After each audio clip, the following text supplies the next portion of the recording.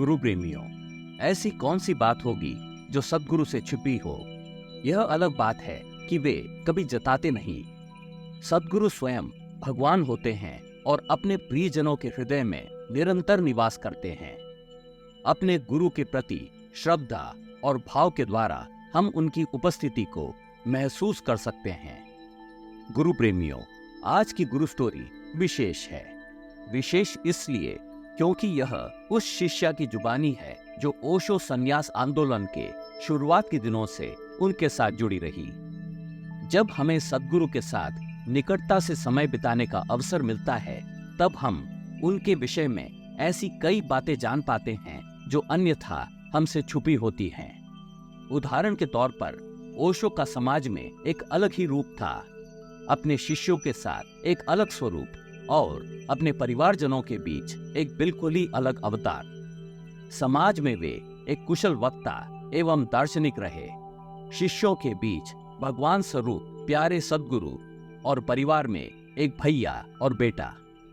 आइए हम आज की गुरु स्टोरीज प्रारंभ करते हैं। यह घटना बंबई की है। ग्रीष्मकाल के दिन थे। महाराष्ट्र में गर्मी का प्रकोप था। गर्मी इतनी थी कि सरकार ने जनहित में नोटिस जारी किया था कि अगर आवश्यक न हो तो जन सामान्य घर पर ही रहें। कुछ लोगों की लू लगने से मृत्यु हो गई थी। सुबह के प्रवचन के बाद ओशो अपने कक्ष में लौटने ही वाले थे कि दो व्यक्ति उनसे मिलने बंबई के वुडलैंड अपार्टमेंट पहुंच गए। वे जयपुर, राजस्थान से आए थे। ओशो के सहयोगियों ने उनका सत्कार किया। मेहमान चाहते थे कि ओशो श्री रजनीश अगले माह जयपुर पधारें और आयोजित महोत्सव में प्रवचन देकर महोत्सव का सम्मान बढ़ाएं। श्री रजनीश का कार्यक्रम व्यस्त था, परंतु लाख समझाने पर भी मेहमान विनती करते रहे। अंततः मां क्रांति ने बात श्री रजनीश तक पहुंचा दी। मां योग क्रांति श्री रजनीश की मुख्य सचिव थी और उनके कार्यक्रमों की देखरेख रखती थी। मेहमान बिल्कुल अजनबी थे। उनकी बातों पर विश्वास कर श्री रजनीश के सहयोगियों ने हाँ कर दी। हवाई जहाज का टिकट बुक कर दिया गया ताकि समय का सदुपयोग हो सके। कुछ 7 लोग श्री रजनीश के साथ जयपुर जाने वाले थे। मां क्रांति भगवान के साथ हवाई जहाज में पहुंचने वाली थी। सब कार्यक्रम के अनुसार चल रहा था कि यात्रा से ठीक एक दिन पूर्व हवाई जहाज के कर्मचारी हड़ताल पर चले गए। बात गंभीर थी। अगर ओशो श्री रजनीश यात्रा न कर सके तो जयपुर आयोजन निश्चित रद्द हो जाता, जिससे आयोजकों को भारी नुकसान उठाना पड़ता। उन दिनों बंबई से जयपुर की कोई सीधी ट्रेन नहीं थी। वैसे भी प्रतीक्षा सूची बहुत अधिक थी। हवाई कर्मचारियों के हड़ताल ने ट्रेन सुविधा पर दबाव बढ़ा दिया था। कमरे में सभी सन्यासी ओशो को घेरे बैठे थे। जयपुर यात्रा की संभावना ना के बराबर थी, अतः सभी थोड़े निराश थे। मां ज्योति भगवान के चरणों के पास बैठी थी। एक तरीके से सभी मान बैठे थे कि जयपुर यात्रा अब संभव नहीं थी कि अचानक श्री रजनीश मां ज्योति की तरफ मुड़े और बोले, तुम एक और सन्यासी साथी को लेकर रेलवे स्टेशन जाओ। वहां तुम रेलवे अधीक्षक साहब से मिलो और उनसे कहो कि हमारे सद्गुरु की जयपुर यात्रा हवाई हड़ताल के चलते रुक गई है, अतः वे ट्रेन से सफर करना चाहते हैं। इसके लिए उचित व्यवस्था का प्रबंधन करें। मां ज्योति तब युवती ही थी। उन्हें ओशो की बात पर पूरा यकीन नहीं हुआ। उन्होंने हाथ जोड़ते हुए कहा, पर भगवान, वेटिंग लिस्ट बड़ी है। रेलवे अधीक्षक साहब हमारी बात क्यों मानेंगे? तभी श्री रजनीश ने बात को काटते हुए कहा, मैं जैसा कहता हूँ वैसा करो। तुम अभी निकल जाओ, ज्यादा समय नहीं है। और हाँ, सन्यासी कपड़ों में ही जाना, माला पहनकर।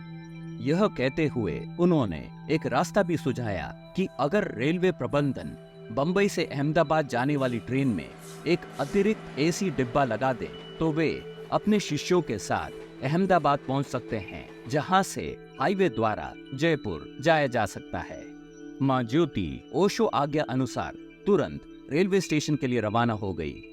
रास्ते में वह यही सोचती रही कि क्या कहेंगी, कैसे कहेंगी। आखिर रेलवे अधीक्षक साहब एक निजी सुझाव पर क्यों कार्य करेंगे? बात कुछ गले नहीं उतर रही थी। एक बार तो मन में आया कि क्या ऐसा कहना तार्किक भी होगा, परंतु करना तो था ही, क्योंकि गुरु आज्ञा जो थी। श्री ओशो ने साफ कह दिया था कि जैसा वे कह रहे हैं ठीक वैसा ही कहना था। यहाँ तक कि शब्दों का फेरबदल भी नहीं करना था। कुछ ही देर में माँ ज्योति अपनी साथी को लिए स्टेशन पहुंच गई। भगवे वस्त्रों में माला पहने दो युवतियां भीड़ में अपने आप को अलग ही पा रही थी।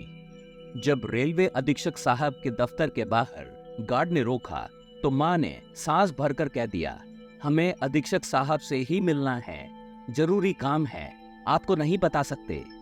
गार्ड अंदर चला गया और थोड़ी देर बाद पुनः लौटा। रेलवे अधीक्षक साहब ने माँ को अंदर बुलाया था।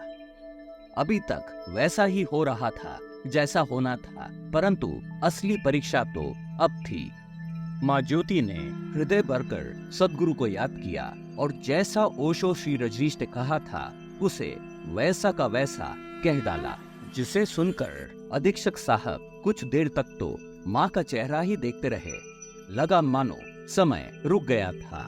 फिर बोले, ठीक है, हम एक अतिरिक्त एसी डिब्बा अहमदाबाद एक्सप्रेस में जोड़ देंगे और आप सभी का रिजर्वेशन भी कर देंगे। याद रहे, ट्रेन आज रात्रि 8:30 बजे रवाना होगी।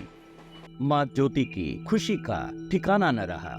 धन्यवाद कहकर जैसे ही वह मुड़ी कि अधीक्षक साहब बोले, आपने अपने गुरु का क्या नाम बताया?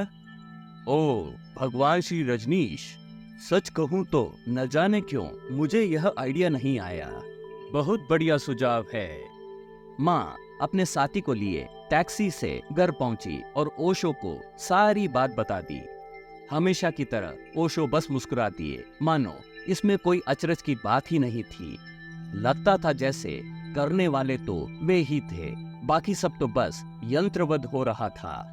रिजर्वेशन के अनुसार ओशो और उनके सारे शिष्य उसी रात अहमदाबाद के लिए रवाना हो गए। गुरु प्रेमियों, स्टोरी यहाँ खत्म नहीं होती। अहमदाबाद पहुंचकर एक नई स्टोरी आरंभ होती है, जिसे हम गुरु स्टोरीज के अगले भाग में प्रस्तुत करेंगे। गुरु प्रेमियों, हमारा मन हमें भटकाता है और अहंकार हमें भटके रास्तों पर और आगे ले जाता है। हमारा अहम हमें मानने नहीं देता कि हम भटक गए हैं। कहते हैं ना, मान लोगे तो जान लोगे। सद्गुरु जो कहे, जैसा कहे, उसे वैसा का वैसा मान लेना चाहिए। उनकी वाणी और शब्दों में जो ऊर्जा होती है वह हमारे शब्दों में ढालने पर बिखर जाती है।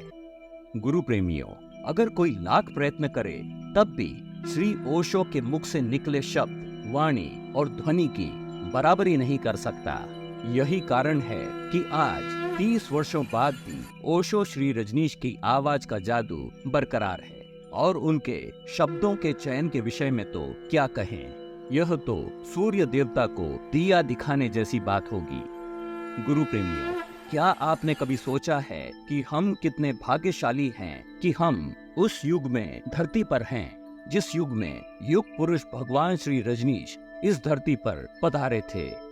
आप सभी के मंगल की मनोकामना के साथ हम आपसे आज्ञा लेते हैं। शीघ्र मिलेंगे अगले गुरु स्टोरी में दूसरे भाग के साथ। तब तक के लिए हमें आज्ञा दें, और अगर आप सब्सक्राइबर नहीं हैं तो कृपया सब्सक्राइब कर लें, ताकि आप तक सद्गुरु की कहानियां पहुंचती रहे। और हाँ, बेल आइकॉन को दबाना ना भूलें। आपका दिन मंगलमय हो।